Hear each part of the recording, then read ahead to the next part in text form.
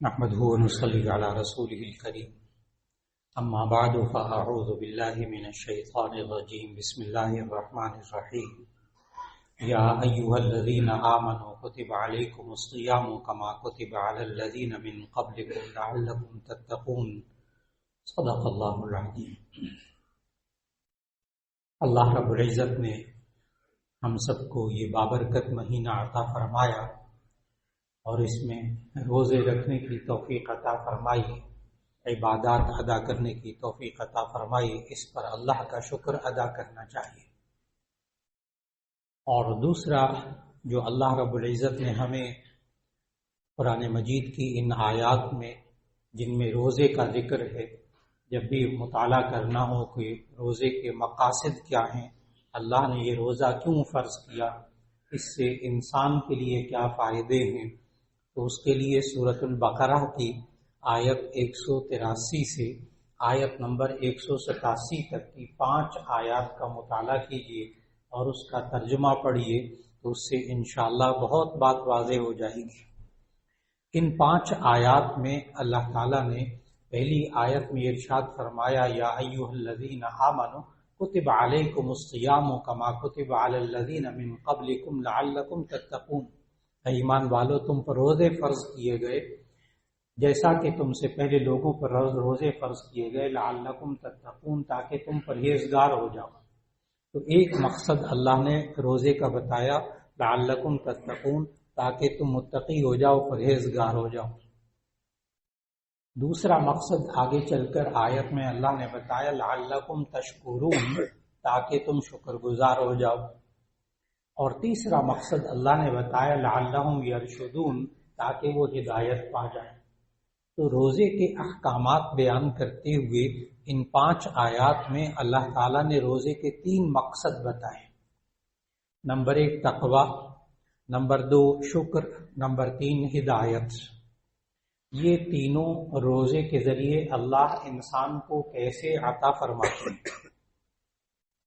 Number 1 تقوی، لعلکم تتقون، تاکہ تم پرہیزگار ہو جاؤ۔ یہ تقوی کس کو کہتے ہیں؟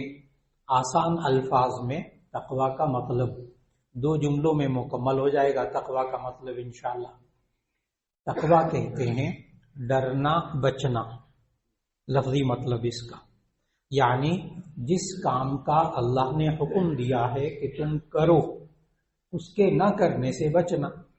بس مختصر سی بات، ایک جملہ تو یہ ہوگی، جس کام کے بارے میں اللہ نے کہا کرو، اس کے نہ کرنے سے بچنا۔ نمبر 2 جس کام سے اللہ نے روکا ہے کہ تم نہ کرو، ایسی صورت میں اس کے کرنے سے بچنا۔ تقوی مکمل ہو گیا۔ ساری زندگی اسی طرح بندہ گزار دے، وہ متقی ہے کہ جو اللہ نے حکم دیا کہ تم کرو، اس کے نہ کرنے سے بچنا۔ نماز پڑھنے کو کہا، روزہ رکھنے کو کہا، اب یہ عمل کرے بندہ، اس کے نہ کرنے سے بچے، نماز نہ پڑھنے سے بچے، روزہ نہ رکھنے سے بچے۔ اور جب اللہ نے کہا کہ جھوٹ نہ بولو، سود نہ کھاؤ، چوری نہ کرو، بدزبانی نہ کرو، فلاں نہ کرو، تو ایسی صورت میں ان چیزوں سے انسان اپنے آپ کو بچا لے، تقوی مکمل ہو گیا۔ اب یہ اللہ انسان کو اس روزے کے اندر تقوی کی تربیت کیسے دیتا ہے؟ اللہ نے رمضان کے اندر یہ نہیں کیا کہ انسان سے کھانے پینے کی چیزوں کو چھین لیا، یا کھانے پینے کے لیے جو صلاحیتیں چاہیے ہوتی ہیں، دانت ہیں، زبان ہے، منہ ہے، معدہ ہے، اس کو اللہ نے خراب کر دیا، بند کر دیا۔ ایسا نہیں کیا اللہ نے، کیونکہ یہ جو جبر کے ذریعے ہوتی ہے نا، وہ تربیت نہیں ہوتی، اور جو اختیار کے ذریعے ہوتی ہے وہ تربیت ہوتی ہے۔ جبر کے ذریعے تربیت نہیں ہوتی۔ اللہ نے انسان سے نعمتوں کو رمضان میں چھینا نہیں، ساری نعمتیں انسان کے سامنے موجود۔ اللہ نے انسان کو دانت بھی دیے رکھے، زبان بھی دیے رکھی، معدہ بھی دیا رکھا، وہ اپنا کام بھی کر رہا ہے، جو کھانے پینے سے تعلق چیزیں رکھتی تھیں وہ بھی سب موجود ہیں۔ ان کے ہوتے ہوئے اس بندے کو یہ کہا کہ تم کھانے پینے سے رک جاؤ۔ اور یہ انسان جو عام زندگی کے اندر سوچتا ہے کہ میں گناہوں سے نہیں بچ سکتا، وہ ہمارے اندر وہ قوت ایمانی نہیں ہے، وہ قوت ارادی نہیں ہے، وہ تو اللہ کے نبی ہوتے ہیں، اللہ کے رسول ہوتے ہیں، وہ تو صحابہ تھے، وہ اللہ کے ولی ہوتے ہیں جو کہ گناہوں سے بچتے ہیں، میں تو گناہ گار آدمی ہوں، چلو گناہ کرتا رہتا ہوں۔ تو وہ بندہ جو کہ معاشرے کا عام انسان جو سمجھتا ہو میں گناہوں سے نہیں بچ سکتا، وہ رمضان میں اس نے روزہ رکھ لیا۔ اب رمضان میں روزہ رکھ کے نا اس بندے کو ہر روز رمضان میں کئی بار موقع ملتا ہے، بند کمرے کے اندر کھانے پینے کی چیزیں ہوتی ہیں، فریج میں موجود ہوتی ہیں، پھل موجود ہوتا ہے، پانی موجود ہوتا ہے، بند کمرے میں تنہائی میں بھی ایسا بندہ جائے تو باہر جب نکلے تو آپ پوچھیں کہ اکیلے تھے کھا لیتے، جب باقی 11 مہینے میں تم گناہ کرنے سے نہیں چوکتے، اللہ کی نافرمانی سے نہیں باز آتے، تو اب بھی اندر کھا پی لیتے کچھ تھوڑا سا اکیلے تنہائی میں، تو وہ آگے سے کہے گا میں نے روزہ رکھا ہوا، بس اتنی سی بات کہے گا، میں نے روزہ رکھا ہوا ہے، یعنی میں نے اللہ سے وعدہ کر لیا ہے، ارادہ کر لیا ہے، میں صبح سے لے کے شام تک کھاؤں گا نہیں پیوں گا نہیں، بس اتنی سی بات ہے، یہی نیت کی ہے اس نے، میں صبح سے لے کے شام تک کھاؤں گا نہیں پیوں گا نہیں، بس اس نیت اور اس ارادے اور اس قوت ارادی کی وجہ سے وہ حلال کھانے سے رکا بند کمرے کے اندر۔ اور کسی عام نوجوان بچے سے بھی پوچھے نا جس نے یا بچی سے جس نے روزہ رکھ لیا ہو، وہ بند کمرے کے اندر بھی کچھ نہ کھائے، تو آپ اس کو تھوڑا سا کرے دیں، کہیں کھا لیتے بند کمرے میں، تو وہ کہتا آگے سے میں روزے سے ہوں، تو انہوں نے پھر آپ کہہ دیجئے وہاں بند کمرہ تھا، کوئی دیکھ تو نہیں رہا تھا نا، کھا لیتے پی لیتے کچھ، تو گیا گزرا مسلمان بھی جواب میں کہے گا اللہ تو دیکھ رہا تھا، گیا گزرا جو سمجھتا نا میں نہیں بچ سکتا گناہ سے، وہ بھی منہ سے یہ ضرور نکالے گا اللہ تو دیکھ رہا تھا، اسی لیے نہیں کھائے نا اندر، ورنہ تو کوئی نہ پولیس والا تھا نہ کوئی بندوق لے کے کھڑا تھا کہ تم یوں کرو گے تو میں تمہیں یہ کھاؤ گے تو تمہیں یوں ہو جائے گا، کچھ بھی نہیں، صرف ارادہ، صرف قوت ارادی، صرف قوت ایمانی۔ اب اللہ نے تربیت کیسے کی انسان کی، تقوی کی تربیت کیسے کی، اور کیسے اللہ روزے کے اندر کر رہا ہے کہ اے انسان یہ کھانا پینا یہ خوراک یہ تو زندگی کے لیے ضروری ہے نا، اس کے بغیر تو انسان زندہ نہیں رہ سکتا، تو اے انسان جو چیز تیری زندگی کے لیے بہت زیادہ ضروری ہے، جس کے بغیر تو زندہ نہیں رہ سکتا، اگر قوت ایمانی قوت ارادی کو استعمال کرے تو اس حلال چیز کے کھانے سے بند کمرے کے اندر تجھے کس نے روکا؟ سوال جواب صرف ایک، قوت ایمانی قوت ارادی، اس نے ارادہ کیا تھا میں کھاؤں گا نہیں شام کو پیوں گا نہیں شام تک، بس اور کچھ بھی نہیں تھا، اس قوت ارادی قوت ایمانی نے اسے بند کمرے کے اندر پورا مہینہ رمضان کا حلال کھانے سے روکا، اللہ نے تربیت کر دی، اے انسان اس ایک مہینے میں روزے کی حالت میں جس قوت ایمانی قوت ارادی نے تجھے حلال کھانے سے روکا ہے نا، حلال کھانے سے روکا ہے جو تیری زندگی کے لیے ضروری تھی، وہی قوت ایمانی قوت ارادی باقی 11 مہینے میں تجھے حرام سے بھی روک سکتی، تجھے گناہ سے بھی روک سکتی، جو کہ تیری زندگی کے لیے ضروری نہیں ہے، گناہ زندگی کے لیے ضروری نہیں، کسی گناہ پہ ہاتھ رکھ کے بتائیں کہ یہ زندگی کے لیے ضروری ہے، اللہ نے منع ہی نہیں کیا ایسی چیز کو جو زندگی کے لیے ضروری ہوتی، گناہ کے بغیر انسان زندگی گزار سکتا ہے، کھانے پینے کے بغیر نہیں گزار سکتا۔ ایک تو اللہ نے یہ تقوی کی تربیت کی کہ اے انسان بند کمرے میں حلال کھانے سے پورا مہینہ جس قوت ایمانی نے تجھے روکا حلال کھانے سے، وہی قوت ایمانی قوت ارادی باقی 11 مہینے میں حرام کھانے سے روک سکتی ہے۔ کلمہ پڑھا ہے نا تب قوت ایمانی موجود ہے، اس کو چھپائے نا، وہ موجود ہے اندر۔ اور عجیب بات بتاؤں کہ یہ قوت ایمانی یا قوت ارادی کہ اللہ دیکھ رہا ہے، اللہ جانتا ہے، اللہ کچھ کر دے گا اگر میں نہیں کروں گا، اللہ آخرت میری خراب کر دے گا، یہ ہمارے میٹرک اور ایف ایس سی کے بچوں کے اور بچیوں کے ذہنوں میں بھی ہوتا ہے۔ چنانچہ وہ کالج کے لیکچرر میں یونیورسٹی میں ایک دفعہ ایک طالب علم کھڑا ہو گیا، کہنے لگا کہ جی اللہ دیکھ رہا ہے، اللہ ہمیں سب کچھ جانتا ہے، اللہ پکڑ کرے گا، تو یہ ہمارے اندر کیوں نہیں ایمانی طاقت ایسی پیدا ہو سکتی؟ بڑا سلجھا ہوا بچہ تھا، کہنے لگا ہمارے اندر کیوں نہیں پیدا ہو سکتی؟ یہ عام لوگ پوچھتے یہ سوال یہ والا، کیوں نہیں پیدا ہو سکتی؟ تو میں نے اس نوجوان طالب علم کو کہا کہ یہ تو میں نہیں بتاؤں گا آپ کو۔ میں نے کہا سر آپ ہمارے استاد ہیں، آپ کو چاہیے کہ ہمیں بتائیں۔ میں نے کہا وہ آپ کے اندر ہے موجود، نہ ہوتی پھر میں بتاتا کہ کیسے پیدا ہوتی ہے قوت، آپ کے اندر موجود ہے۔ کہنے کہ نہیں سر ہم تو گناہ گار بچے، ہم تو نوجوان ہیں۔ تو ہمیں تو ہمارے اندر تو ہے ہی نہیں قوت ایمانی. میں نے کہا اچھا. میں نے اس کو کہا BSc کا لڑکا تھا. میں نے اس کو کہا آپ بھی غور کیجئے گا اپنے بچوں اور بچیوں پر. آج کل جو ہے نا وہ امتحانات کا موسم شروع ہو رہے ہیں. تو میں نے اس بچے کو کہا، میں نے کہا دیکھو جب تم FSC کا فزکس کا کیمسٹری کا پیپر دینے جا رہے تھے نا صبح ایگزامینیشن ہال کی طرف، تو سامنے سے خوبصورت لڑکیاں بھی آئی تھیں، تو تم نے نہیں دیکھا تھا، نگاہوں کو نیچے کر لیا تھا. یہ جو پیپر دینے جاتے ہیں نا بچے اور بچیاں بڑے صوفی ہوتے ہیں ان دنوں میں، جب تک آخری پیپر نہیں ہوتا. تو میں نے کہا سامنے غیر محرم تمہیں نظر آئی، تم نے نگاہیں جو کالی تھی اس وقت نہیں دیکھا تھا اس کو، کیوں؟ اس لڑکی نے پیپر تو نہیں خراب کرنا تھا نا ایگزامینیشن ہال میں. چلے گئے سر ایسا ہوا تھا، بار بار ایسا ہوا تھا. میں نے کہا بس. تو وہ جو اس وقت تمہارے ذہن میں پتہ کیا بات تھی کہ کسی ذات نے اس کام سے غیر محرم کو دیکھنے سے روکا ہے، اگر میں یہ کام کروں گا تو وہ ذات ایگزامینیشن ہال میں میرا پیپر خراب کر دے گی. میں نے کہا وہ کون ہے؟ وہ کون ہے؟ ایک جواب ہے صرف اس کا، اللہ. اللہ کیوں بندہ بنا؟ کیوں اس نے غیر محرم کو نہیں دیکھا؟ پیپر دینے جا رہا ہوں. میں نے کہا نا اس سے بڑا صوفی کوئی نہیں ہوتا. جب فزکس کیمسٹری کا پیپر دینے جا رہا ہو جس پر آئندہ اس کا میڈیکل کا انجینئرنگ کا سارا مدار ہوتا ہے، وہ بڑا صوفی بنتا ہے نوجوان اس وقت. کیوں؟ اندر ہوتا ہے یہ بات کہ کوئی دیکھ رہا ہے. اگر میں اس کے حکم کی خلاف ورزی کروں گا تو ایسی صورت میں یہ گڑبڑ ہو جائے گی، معاملہ وہ اندر پیپر خراب ہو جائے گا. اور یہ بڑے بڑے انسان قابل انسان جو زندگی میں گناہوں سے نہیں چوکتے نا، اگر گھر میں ماں بیمار ہو جائے، باپ بیمار ہو جائے، بچہ بیمار ہو جائے، تو پھر جناب وہ کئی چیزیں گھر کے اندر، کئی بٹن بند ہو جاتے ہیں، کئی دیکھنے کی چیزیں بند ہو جاتی ہیں، کئی سننے کی چیزیں بند ہو جاتی ہیں.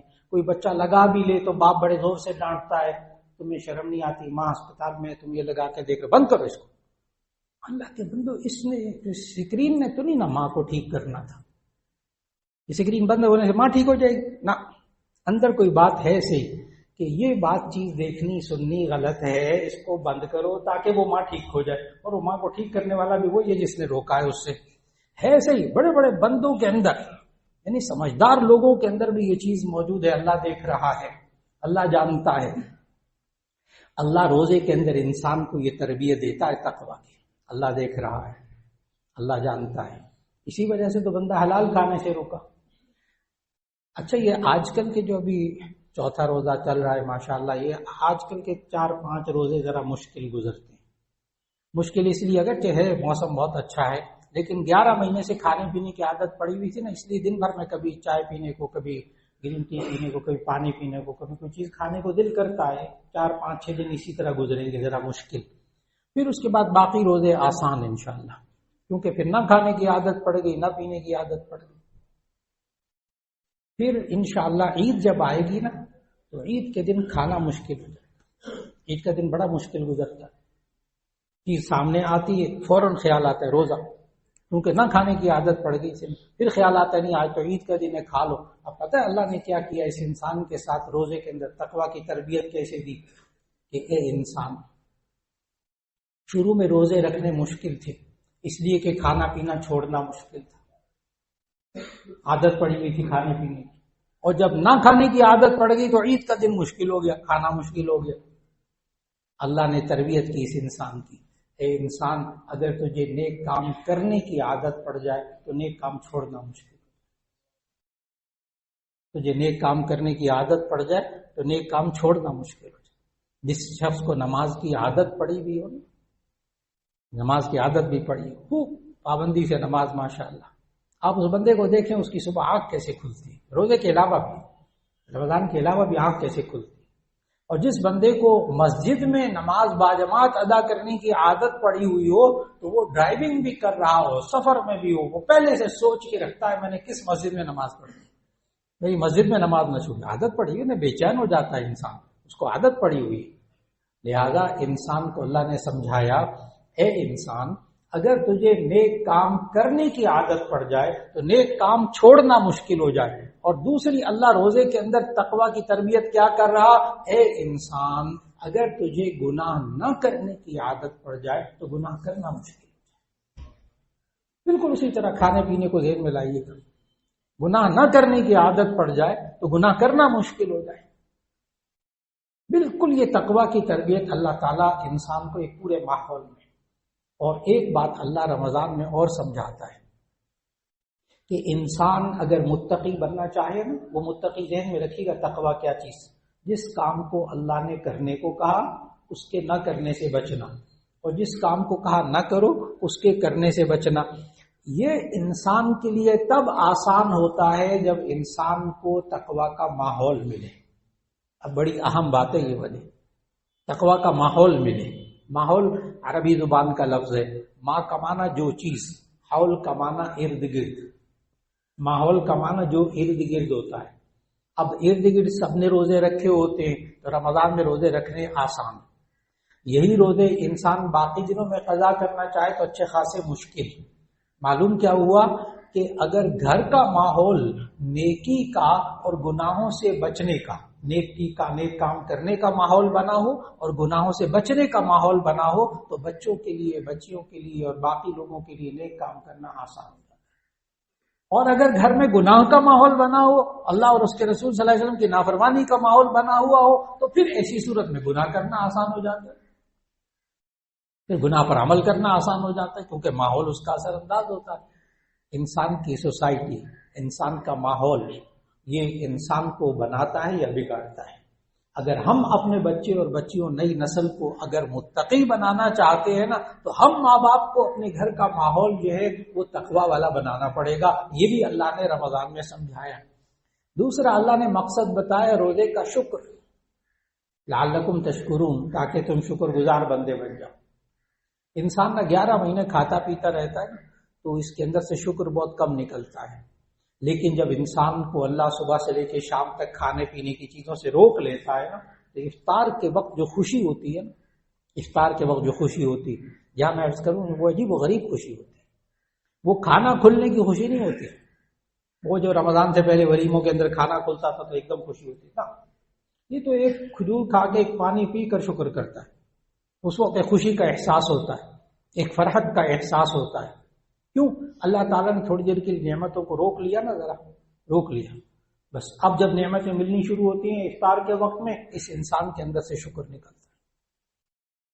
یا انسان کے اندر نعمتوں کے چھننے کا احساس پیدا ہو جائے، یا نعمتیں چھن جائیں تو اس کے اندر شکر پیدا ہوتا ہے۔ میں نے کہا نعمتیں چھن جائیں پھر قدر ہوتی ہے۔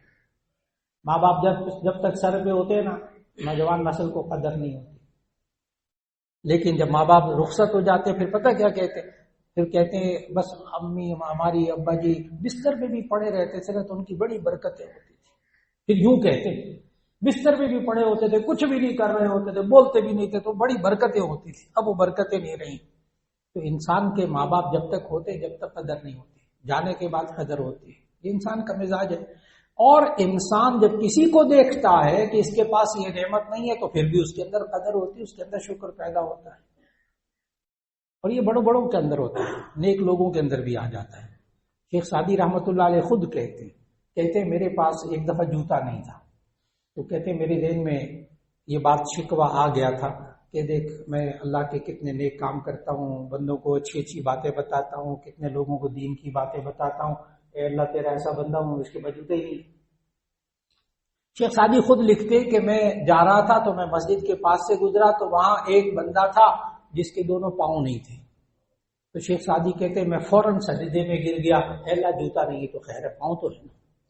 جب انسان دیکھتا ہے نا دوسروں کو، اس لیے کہتے ہیں اگر صحت کی قدر دیکھنی ہو تو تھوڑی دیر کے لیے اسپتالوں میں جا کر مریضوں کو دیکھ لیں، بیچارے کس کس مرض میں مبتلا ہے۔ بیمار بندہ جو ہے نا، جو ہائے ہائے کرتا، وہ جا کر اس کو ذرا اس سے زیادہ شدید مریض دکھا دے تو اسی صورت میں شکر کرتا ہے، کوئی بات نہیں ہوئی، تھوڑی بیماری زیادہ نہیں ہے۔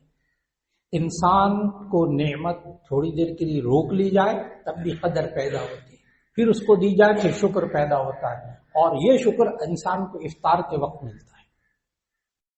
اور جو میں نے ایک بات عرض کی نا درمیان میں کہ افطار کے وقت ایک خوشی ہوتی ہے، وہ کھانا کھلنے کی خوشی نہیں ہوتی، وہ عجیب و غریب خوشی ہوتی ہے۔